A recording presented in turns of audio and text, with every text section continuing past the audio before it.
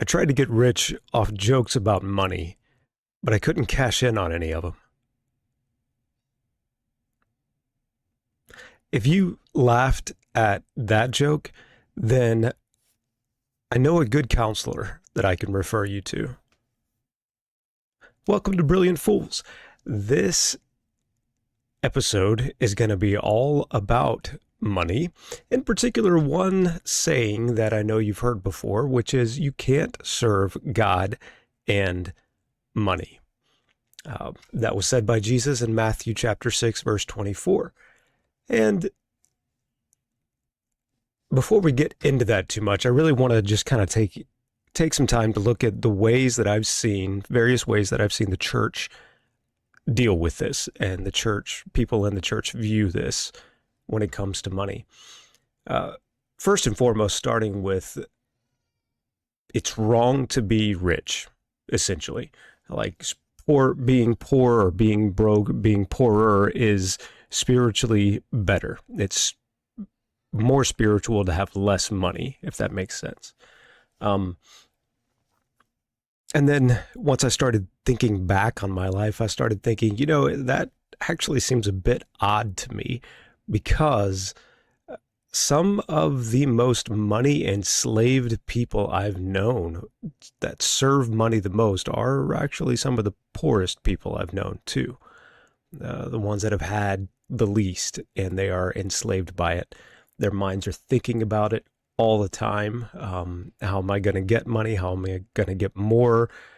They live to try to make money. And this is whether they have it or not. And then sometimes I knew a story of a guy, he worked at Delta for years and years, lived out of his car, and he would talk to people, and he didn't have a great job, but it turns out after he finally passed away, people found out that he had a ton of money. Like he just had it stocked away. And, but does that really mean he was rich? It's kind of the question. So that's interesting. That got me to kind of thinking, okay, so is it better to be poor? Does that mean you're less enslaved to money? Because it didn't feel that way. And then I started thinking about the high school that I went to and the two by far wealthiest families, the kids from the wealthiest families in my class. Those two students were the most open, never met a stranger, seemed to be some of the most freest and generous people that I knew of. I mean, you wouldn't know they had any money except that we knew them and we knew them well enough to know that they had money. So it didn't really seem to me to jive. Yeah, sure. We'll go with that, that being poorer is spiritually better, or that being richer was somehow meant that you were evil and you'd compromised your morals. Although I still knew plenty of rich people who had compromised for sure. And then I knew a lot of people who were poor who also served God, and that was their focus, which brings me to the next point. Something that I've heard in church a lot is that if you're going to serve God, then you should be poor, or you at least should not be rich or very well off, because that's going to get you distracted. You're going to be distracted if you have a lot of money. So you better not have a lot of money if you're going to serve God and serve him well. As though money in and of itself is somehow evil, has some sort of morality, right? And this also didn't really seem to fit necessarily with things that I've seen in scripture. And one of those is Luke chapter 10, verse 7, where it says, the worker is worthy of his wages. Not only the worker is worthy of his wages, but we see this repeated. Let's put it that way. We see it repeated later on by Paul, I believe it is. But this is being said by Christ. And the context that he says it in, it's not just, the worker's worthy of his wages. He's saying it to the disciples. He goes and he sends them out and he says, you go now. And this is maybe the first time that he's actually sending out his disciples, not just the apostles, but 72 of his disciples, people who are following him. He sends them 2 by 2 into every town and place where he himself was about to go. So he's preparing the way for him to go into these towns. And he says, don't carry any money with you. And we get stuck on that and say, okay, so no money. That means that's what we're supposed to do. No. He also said, greet no one on the road. And I don't think we say that that's what we're supposed to do. Whatever house you enter, say, peace be to this house. And then verse 6, if a son of peace is there, your peace will rest on him. If not, it'll return to you. And then, so basically, you'll know if somebody's willing to accept you or not. And then verse 7, remain in the same house, eating and drinking what they provide, for the laborer deserves his wages. The worker is worthy of his wages. So if you find someone who's going to help you out and provide for you, then stay there. And take what it is that God gives you. So if you're going to be a minister, then yeah, it's fine to be paid. There's nothing wrong with that.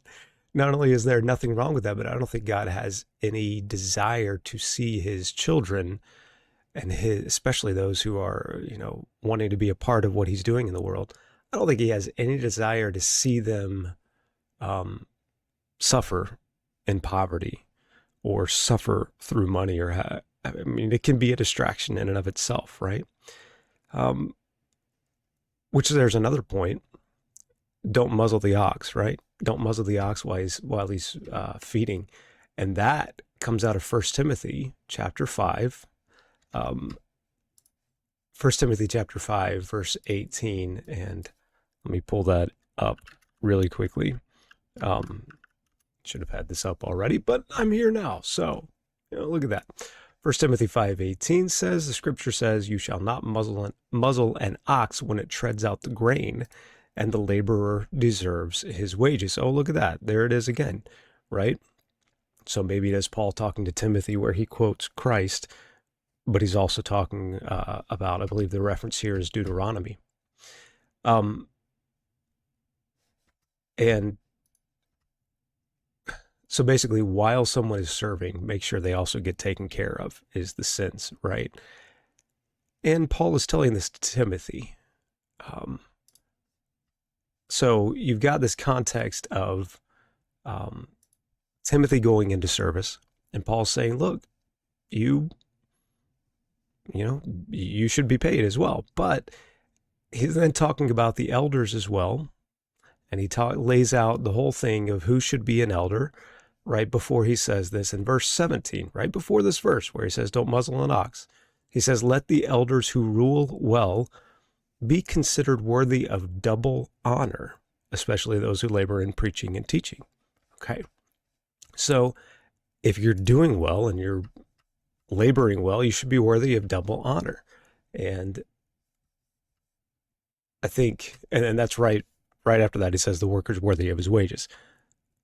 Now, we don't tend to pay elders, at least any church that I've been in doesn't pay their elders. This is just a place that it's almost like there's a consideration that, no, you have honor here, so you don't need money. But it almost seems to say that, yeah, maybe there should be some payment there. And we'll get into that, why that might be the case in just a second. But let's talk about the business side of things before we get into that, because this is the other area that I see in churches, or that I've experienced, that you shouldn't pursue profit in business. And I think there's some truth to that. It definitely comes from a true place where if my focus is profit, then I can't serve God in money. So if I'm serving profit, then I'm not going to be serving God. I'm going to compromise here and there in my service to the Lord if I'm serving profit. However, the way I usually see it pulled out in churches, or the way I've seen it often pulled out, maybe not usually, but somebody will go and they'll pay for something, but they'll complain about the price that's being charged. They call themselves a Christian and they want to charge that price, as though money has a moral status. It's either good or evil, like evil for them to have it, good for me to keep it kind of situation. And when I hear that, to me, it almost seems like that attitude indicates that you're elevating money to this status with, like it has and contains some sort of morality. It's a status of either worship or a law to be served. In both cases, it's serving money. As I'm complaining about what someone else is charging. I mean, let them charge what they're going to charge. If the market doesn't bear it, then the market doesn't bear it, and they'll change or won't and go out of business. That's fine. But what I've seen is that profit seems to be both desired, especially if I'm the one who's going to be profiting, and also seen as undesirable. Like, we shouldn't talk about profit. Heaven forbid if there's a minister who's bivocational, okay, so has other work outside of the ministry, then that's fine as long as they're not making a lot of money in that other vocation, right? It's almost like there's that. Either they shouldn't have a job that's paying a lot, or they shouldn't have a business that's exploding and doing really well. And to me, that just kind of seems wild. It seems like we're turning it into some sort of a rule, which turns into a law that we say we want, or a law to be served. I mean, if the law is there to follow, right? Which means you're in service to it. But that doesn't fall right as far as Romans 8 is concerned. Romans 8:6 says, "For to set the mind on the flesh is death, but to set the mind on the spirit is life and peace." And the reason why I think that's applicable in this context is because of the context of Romans 8:6. The context is all about not these immoral things that are being done, but trying to become righteous by the law, and how all that does is reveal the sin to us. All that does is make us try to live by the flesh in accomplishing the law. And so if we're setting up rules about money as though they're moral or immoral kind of deal, making money or not making money is moral or immoral, then I'm trying to live by the law and I'm trying to live by rules. My mind becomes set on the flesh and not on the spirit. And the mind on the flesh is death. The mind set on the spirit is life and peace. And so I see again that I can't serve God and money. And that includes in the way that I look at money. So how do I look at money? Like, what do I need to do in that case? I think it's helpful to see this verse, you can't serve God and money, in Matthew 6:24, in the context of everything that Christ is talking about here. Christ is giving basically a sermon. I believe this is part of the Sermon on the Mount. And he talks about a lot of things. It begins the chapter with giving to the needy, but giving it in quiet, praying to the Lord. And one of the things that you pray is, "Give us this day our daily bread," or the way that also is translated, and maybe even better translated, is, "Give us this day our bread for tomorrow." So not just help me squeak by today, but give us our bread for tomorrow, so we're not even worried about tomorrow. Why do I think it might be? Consider talking about worry. It's because he's talking about, at the end of the chapter, don't be anxious. Don't be anxious for anything. God knows what you need. He's going to supply it all for you. He's a good father. Don't be anxious. Tomorrow's going to worry about itself. Okay? Don't be worried about tomorrow. And that comes right after he says you can't serve two masters. You'll either hate the one and love the other, or you'll be devoted to one and despise the other. You can't serve God and money. Matthew 6:24. And he also says, don't lay up for yourselves treasures on earth. Moth and rust destroy it. Thieves break in and steal it, but lay up for yourselves treasures in heaven. Neither moth nor rust destroys that. Thieves don't break in and steal it. Where your treasure is, your heart will be also. Again, that goes back to the mindset on the flesh or the mindset on the spirit. But that starts to transform the way that I look at money. because most of those who struggle the most with money um, seem to also try to hoard it the most. They'll look at billionaires and think that they have these billions in their bank accounts. That's not the way that that works. In fact, a lot of times billionaires don't have very large bank accounts. They have a lot of debt. They're just worth a lot because they have assets that are worth that much, right? Um, no, in this case, when I'm trying to hoard money and build up money and save it all, I'm storing up treasures on earth. And that's going to go away. That can go away super quick. That can leave in a heartbeat. So how do I look at it differently? Or do I just ignore it altogether? Does that mean I ignore the way that money's supposed to work in business and I just, do business and hope it works out? Do I ignore the way money works in my life and just hope it works out? No, that's not the way that is supposed to go. Being a good steward of something means that you're going to take care of it and you're going to treat it right. But that's just the thing. Money, to me, especially when it comes to business, it helps me to look at it as another tool in the toolbox. Just like the website that I have, it's a tool, hopefully, to provide things, provide service for people. Even a phone number that you have is a tool. An email address is a tool to provide things for people, to help them get in touch with who they need to get in touch with. If I have a saw that I use on the job site, that's a tool. If I have a drill, that's a tool that I use well. Now, I don't ignore it, and I don't just throw it around and do whatever with it. I treat it well, right? But I treat it well so that I can use it, and I make sure to use it. Otherwise, it's not doing any good.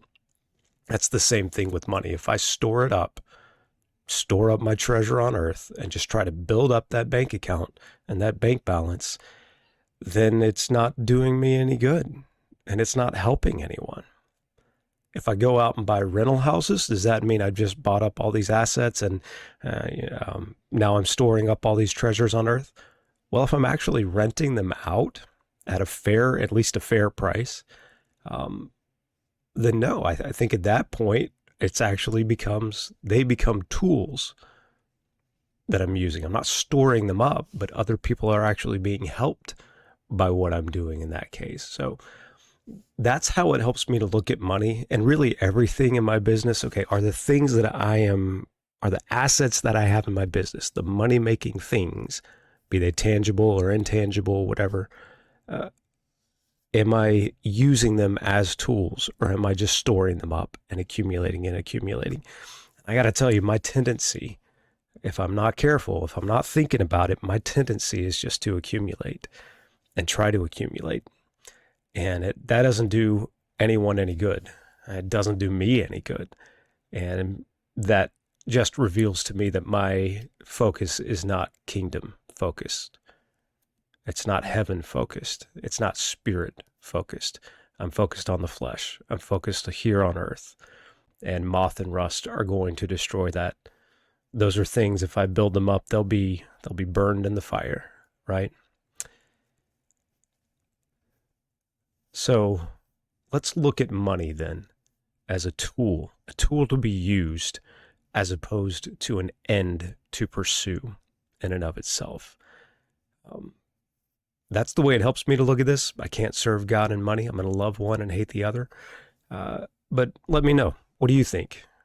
How does it help you to understand this? How do you see this in light of the context of what Christ is saying, who he's speaking to? How do you see this comment by Christ that you can't serve God and money? And then how does it help you to look at money differently? Let me know. I'd love to hear from you. And until next time, thanks.